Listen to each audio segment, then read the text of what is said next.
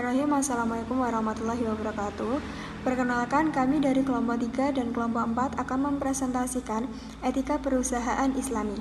Sebelumnya saya akan memperkenalkan dari kelompok 3, yaitu saya sendiri Devi Ratnasari, NIM 1952211307, Widya Ayuvianti 19521314, Hani Windari 19521320, Wanda Latifah 19521321, dan selanjutnya dari kelompok 4 yaitu Nurul Aisyah 19521284, Ardhia Farikah 19521300, Istikhairur Rahmah 19521305, Fetri Wahyu 19521322. Yang pertama, ada posisi badan hukum atau entitas. Dalam dunia modern yang dikuasai kapitalisme saat ini, manusia menciptakan badan hukum sebagai satu entitas yang dianggap bisa lepas dari pemilik atau manusia lainnya. Sehingga timbul pertanyaan, apakah entitas itu memang hanya diakui secara legal sebagai badan hukum tanpa dibebani kewajiban atau status moral? Yang selanjutnya ada aliran mengenai kelegalan entitas sebagai badan hukum. Dalam hal ini terdapat 3 aliran, yaitu yang pertama, organizational view, yang artinya perusahaan tidak perlu memikirkan masalah moral. Itu adalah urusan pemerintah dan masyarakat. Perusahaan adalah lembaga legal yang memikirkan masalah hukum saja. Yang kedua ada moral person view, yang artinya perusahaan wajib bertindak secara moral. Walau perusahaan benda mati, tetapi di dalamnya terdapat manusia. Yang ketiga ada moral action view, yang artinya organisasi perusahaan dan negara adalah faktor moral yang dimintai bertanggung jawab terkait moral secara entitas tanpa harus melihat orang yang berada di dalamnya. Jadi perusahaan harus menjadi seperti orang atau penduduk. Yang selanjutnya ada konsep yang berkaitan dengan perusahaan. Dalam akuntansi mengenal beberapa konsep yang berkaitan dengan perusahaan. Yang pertama ada konsep proprietary, yang kedua konsep entity, yang ketiga konsep enterprise, yang keempat ada konsep stockholder, yang kelima ada konsep stakeholder. Konsep yang berkaitan dengan perusahaan yang pertama, konsep proprietary adalah konsep di mana yang dipentingkan akan dilayani dalam perusahaan itu adalah pemilik perusahaan. Yang kedua, konsep entity yang menjadi sasaran dan yang diladeni adalah manajemen. Sementara itu, konsep enterprise adalah konsep yang harus dilayani atau menjadi fokus perhatian adalah semua pemangku kepentingan, tidak hanya manajemen atau pemilik, tetapi semua pihak yang ikut dipengaruhi oleh perusahaan itu, termasuk karyawan, pemasok, kreditur, pemerintah, dan masyarakat. Konsep ini yang menjadi tren di dunia bisnis saat ini, kendati pun masih tetap dalam dominasi pemilik atau manajemen. Walaupun lebih cocok dengan nilai-nilai Islam, konsep ini tidak bisa dikatakan sama karena semua lembaga dan kreasi umat manusia dalam Islam harus menghargai syariat dan hukum lainnya yang ada dalam Al-Quran, hadis, ijma ulama, serta kepentingan dan ruh Islam lainnya yang didasarkan pada konsep tauhid. Ini berarti bukan hanya pemangku kepentingan yang dikemukakan di atas, tetapi juga kepentingan yang disyariatkan oleh Allah. Misalnya hewan, tumbuh-tumbuhan, bahkan makhluk lainnya yang diarahkan pada upaya manusia mencapai al-falah atau kemakmuran serta kebahagiaan dunia dan akhirat. Yang keempat, konsep stockholder. Teori stockholder dicetuskan oleh Smerdhan.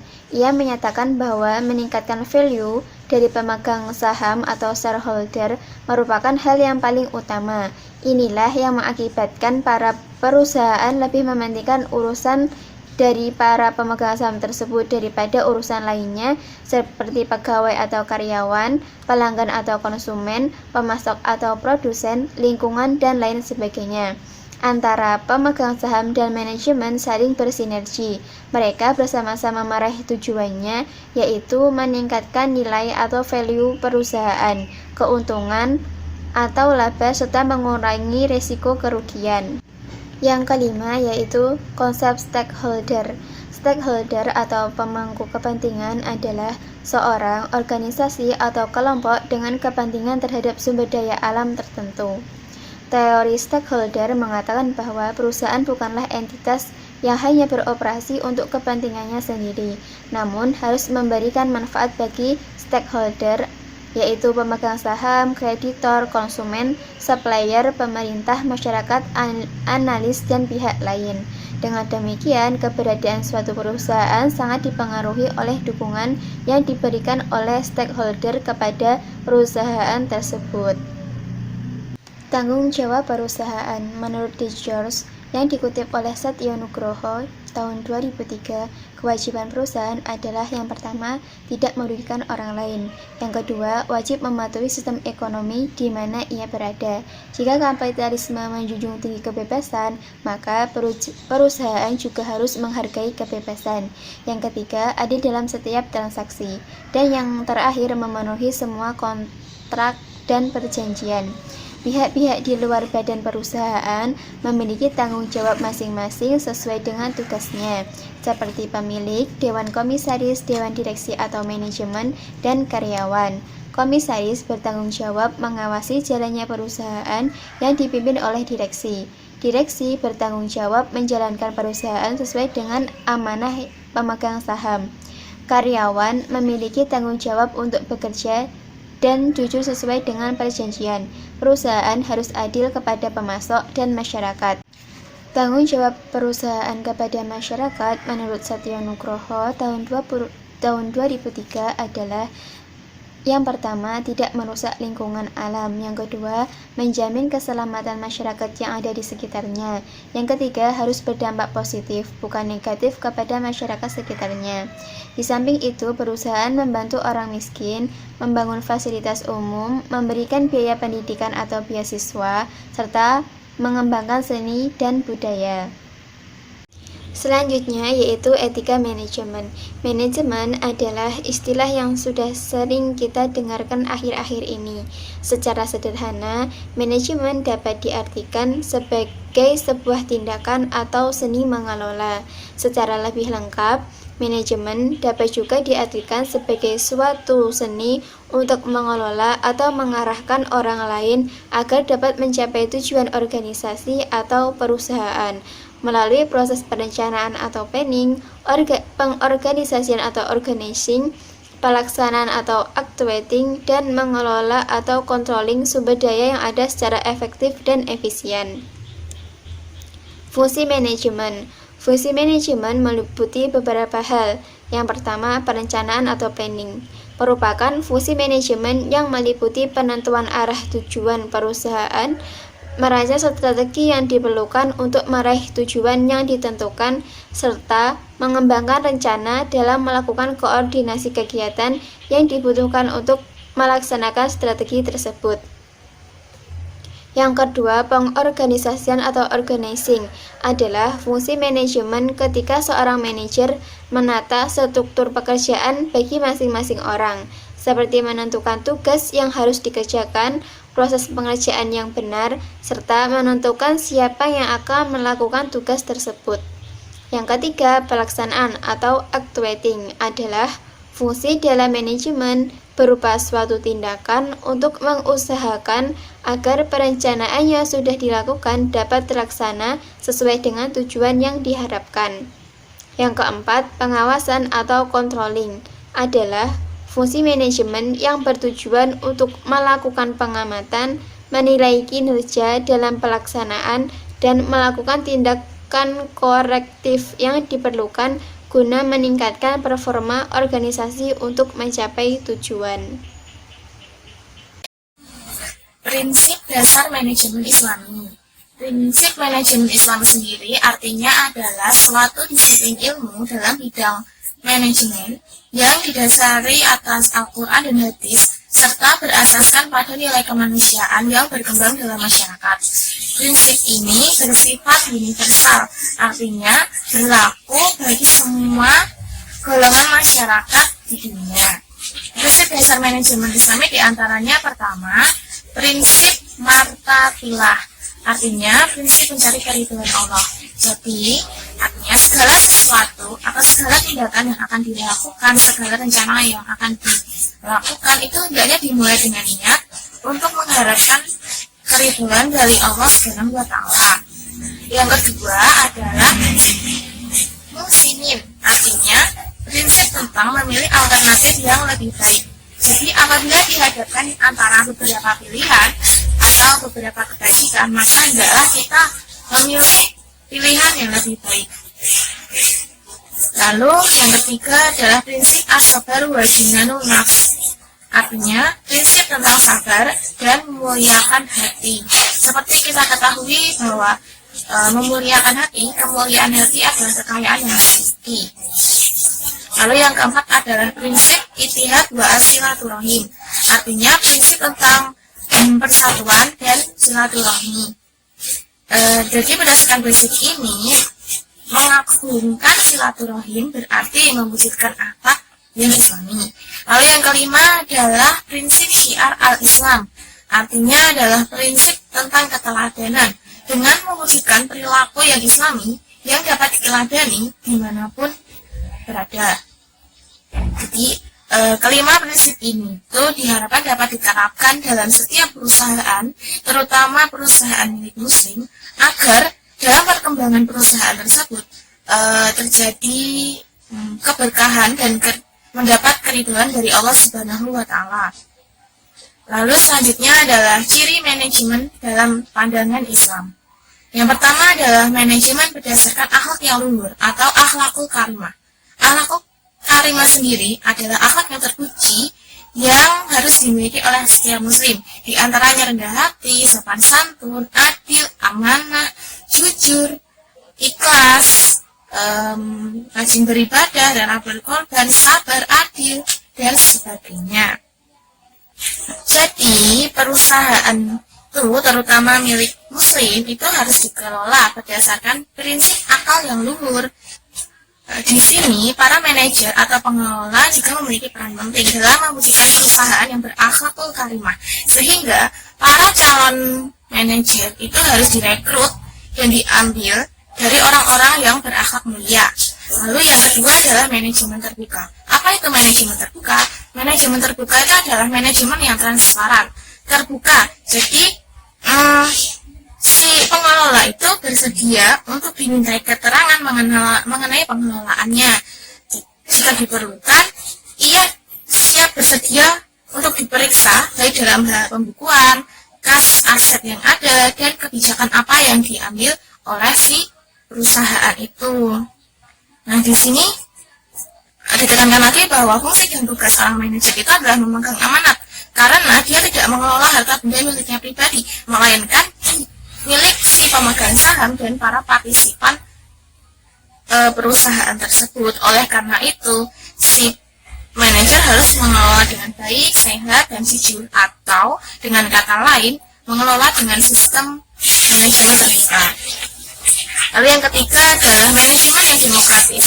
Nah, manajemen yang demokratis ini adalah akibat dari penerapan manajemen terbuka, yang artinya apabila perusahaan sudah menerapkan manajemen yang transparan, nah di sini semua tindakan, semua kebijakan, semua keputusan itu harus dimusyawarahkan bersama semua peserta, semua partisipan, dan pemegang saham. Jadi mereka itu diberi hak untuk menyampaikan pendapatnya, dan setelah itu baru didiskusikan mana keputusan yang terbaik. Lalu yang keempat adalah manajemen berdasarkan ilmiah. Maksudnya adalah dalam mengelola manajemen itu harus berdasarkan ilmu, bukan hanya berdasarkan logika dan asal-asalan saja. Jadi di sini tetap para pemimpin atau pengelola perusahaan itu memiliki peran penting ya. Jadi seorang pemimpin atau manajer itu harus berilmu pengetahuan karena ia harus bertanggung jawab mengurus serta mengelola setiap fungsi manajemen. Lalu yang kelima adalah manajemen berdasarkan tolong-menolong atau ta'awun. Jadi konsepsi tolong-menolong di sini adalah seperti konsep yang berdasarkan atas nilai-nilai kemanusiaan sesuai dengan fitrah manusia dan berlandaskan kasih sayang, antar manusia. Jadi dalam perusahaan itu tuh selain mengejar keuntungan juga mencari saling tolong menolong dengan pihak lain. Jadi konsep ini tuh menunjukkan bahwa manusia itu dijadikan sebagai makhluk sosial karena mereka tuh ditakdirkan Allah sebagai khalifah di muka bumi. Ya, salah satu khalifahnya itu ya seperti manajemen itu dalam mengelola perusahaan. Lalu yang keenam adalah manajemen berdasarkan perdamaian. Jadi dalam memanajemen perusahaan itu harus berdasarkan pada perdamaian. Jadi setiap pertentangan atau permusuhan atau perbedaan pendapat harus diselesaikan secara damai. Nah, apabila perusahaan telah menerapkan perdamaian, maka akan tercipta persatuan. Persatuan antara apa? Tentu saja antara partisipan perusahaan itu, golongan pemilik modal, golongan pekerja, komponen tenaga kerja, manajemen, itu dapat bekerja sama dan bersatu serta saling menolong sehingga akan menciptakan kekuatan yang lebih produktif dalam perusahaan itu. Manajemen sumber daya manusia memiliki beberapa fungsi seperti mengatur dan mengelola pekerja, penilaian, penggantian atau kepuasan, pusat pelatihan dan penasihat, membuat relasi, mengatasi permasalahan, serta menangani kesehatan dan keselamatan pekerja. Manajemen sumber daya manusia juga memiliki 4 fungsi, yaitu yang pertama ada tujuan sosial, yang kedua ada tujuan organisasional, yang ketiga ada tujuan fungsional, dan yang terakhir yaitu tujuan individual. Informasi atau akuntansi. Yang pertama ada beberapa fungsi, yaitu menciptakan suasana terbuka, transparan, dan bertanggung jawab. Yang kedua ada membuat sistem informasi dan laporan yang benar serta jujur. Yang ketiga, tidak melakukan penipuan atau pemalsuan laporan atau bukti. Manajemen keuangan yang pertama itu mengelola dana dari sumber kekayaan secara efisien. Yang kedua memenuhi syarat kewajiban kepada negara, karyawan, sosial sesuai dengan aturan. Yang ketiga itu membayar zakat, infak, dan sedekah. Dan yang keempat menghindari pemborosan. Pemasaran atau iklan. Yang pertama itu membuat iklan yang benar. Yang kedua tidak melakukan manipulasi informasi dan promosi. Yang ketiga tidak membuat iklan yang menggoda. Etika manajemen lainnya. Yang pertama itu menerapkan manajemen yang jujur dan amanah sesuai syariat. Yang kedua memenuhi semua peraturan Allah dan pemerintah. Yang ketiga menciptakan hubungan dan lingkungan sesuai syariat. Yang keempat tidak melakukan penimbunan. Yang kelima melakukan semua tugas dengan baik, jujur, dan tidak melanggar peraturan. Hubungan karyawan. Dalam hal ini terdapat 8 aturan yang mengatur di dalamnya. Yang pertama, berupaya untuk terus memberikan kemudahan dan tidak mempersulit orang lain. Ini berarti karyawan harus senantiasa berupaya untuk memberikan kemudahan, baik untuk customer maupun orang lain, serta selalu membantu orang lain yang sekiranya sedang membutuhkan bantuan. Yang kedua, menerapkan praktik manajemen sumber daya manusia yang adil. Ini dapat berupa memperlakukan karyawan secara adil, tidak membeda-bedakannya, lalu memberikan hak-hak pekerja dan memberikan reward berdasarkan kinerja, upaya, kreasi, dan keunggulannya. Memberikan reward ini dapat berupa dengan memberikan hadiah ataupun bonus atas kinerjanya yang baik. Yang ketiga adalah menerapkan esensi pesan membayar upah sebelum keringat kering. Ini berarti perusahaan harus membayar upah sesegera mungkin setelah pekerjaan selesai atau sesuai dengan akad yang telah disepakati. Misalnya dalam akad disepakati bahwa upah akan dibayarkan setiap bulannya, maka perusahaan harus segera membayarkan upah setiap bulannya dan diusahakan untuk tidak telat. Yang keempat, melakukan rekrutmen secara adil dan memberikan kesempatan kepada semua pihak yang layak secara objektif dan tidak melakukan nepotisme negatif. Dalam hal ini, perusahaan dalam pekerjakan karyawan baru atau menyeleksi karyawan baru tidak diperbolehkan untuk menerima sogokan atau menilai secara tidak objektif. Yang kelima adalah mengutamakan karyawan yang soleh, jujur, mampu, dan kuat. Ini bertujuan agar dapat bekerja dengan baik dalam perusahaan.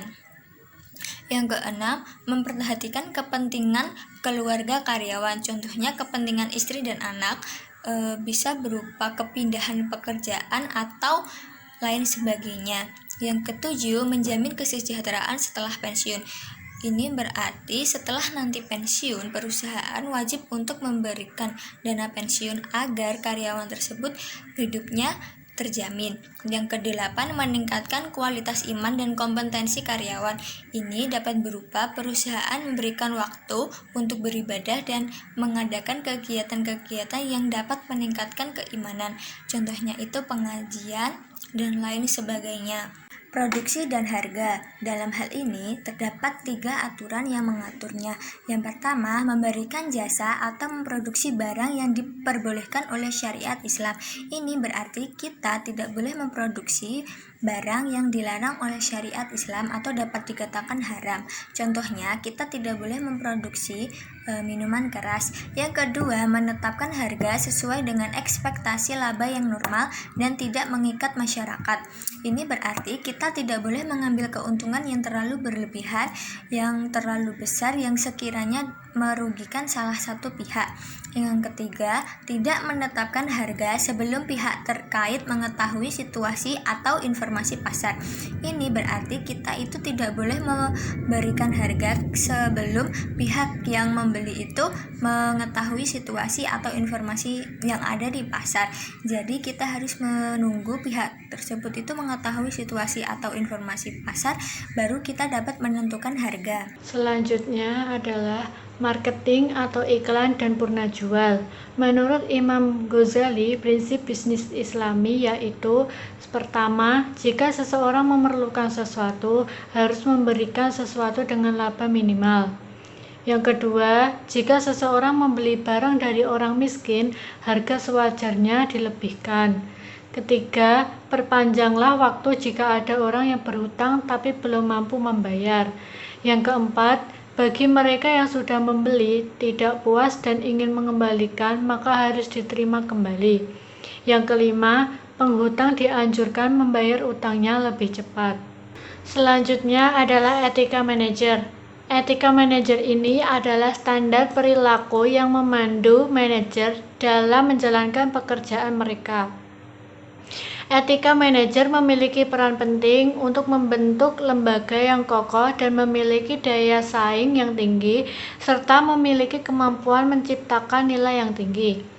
Ada 4 kriteria dalam pengambilan tindakan oleh manajer, yaitu manfaat, pemenuhan hak, keadilan, dan pemeliharaan. Faktor-faktor yang mempengaruhi etika manajerial. Yang pertama, leadership atau kepemimpinan. Yang kedua, strategi dan performasi. Yang ketiga, karakter individu. Yang keempat, lingkungan luar. Selanjutnya, 3 klasifikasi etika menurut Ricky Griffin. Yang pertama, perilaku terhadap karyawan meliputi aspek perekrutan, pemecatan, kondisi upah kerja, serta ruang pribadi dan penghormatan. Yang kedua, perilaku terhadap organisasi meliputi aspek kejujuran, kerahasiaan, konflik kepentingan. Dan yang ketiga, perilaku terhadap agen ekonomi lainnya, yaitu beretika dengan agen ekonomi seperti pelanggan, pesaing, pemegang saham, pemasok, distributor, dan serikat buruh. Selanjutnya, etika manajer. Yang pertama, menjadi penerima manajemen yang amanah. Yang kedua, memperlakukan bawahan sesuai dengan nilai Islam. Yang ketiga, membuat iklim organisasi yang islami. Yang keempat, mendorong diberlakukannya syariat. Yang kelima, melaksanakan amar ma'ruf nahi munkar dalam lingkungannya. Yang keenam, mengembalikan amanah setelah selesai bertugas. Dan selanjutnya, etika karyawan, yaitu bekerja secara ikhlas dan dianggap ibadah, jujur dan amanah, mematuhi pimpinan, dan rela bekerja sama dalam tim. Sekian presentasi dari kelompok 3 dan 4. Apabila ada kesalahan dan kekurangan dalam menyampaikan materi kami mohon maaf. Terima kasih. Wassalamualaikum warahmatullahi wabarakatuh.